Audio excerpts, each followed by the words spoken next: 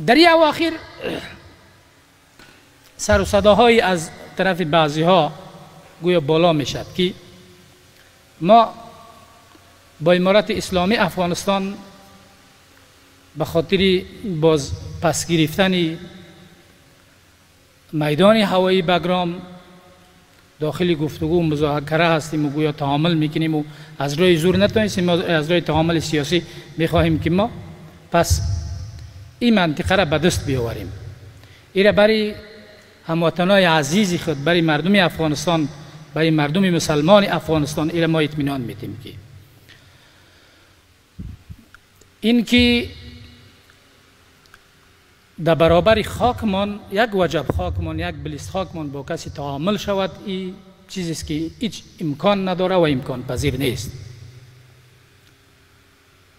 ما ضرورت به این نداریم او کسایی که خارجی ها را آوردند اینجا بالای خودشون حاکم ساختند و میخواستند که با زوری از اینجا حکومت بکنند، اونا ترسو بزدل بودند، اونا از ترسشان به کفار پناه برده بودند.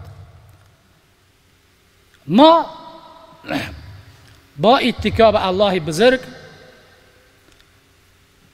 از هیچ کسی، از هیچ زورگو و قلدری نمی ترسیم و ایره ثابت هم ساختیم. در 20 سال جهاد علیه اشغال، علیه امریکا و متحدینش، ایره ما ثابت ساختیم که هیچگاه نمی ترسیم.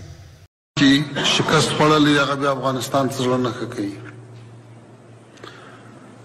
دلته که انګریزان راغلي وو نو امپراتوري نن په برطانیه بدله شوه، که شورویان راغلي وو امپراتوري ړنګه شوه او روسیه ځینې جوړه شوه، او که امریکایان وو د هغوی متحدین راغلي دي، هغوی نن په خپل کور دننه هم په ډېرو مشکلاتو مبتلا دي. هیڅوک دا جرأت نشي کولی چې په افغانستان باندې یرغل وکړي، او که څوک کوي انجام یې معلوم ده.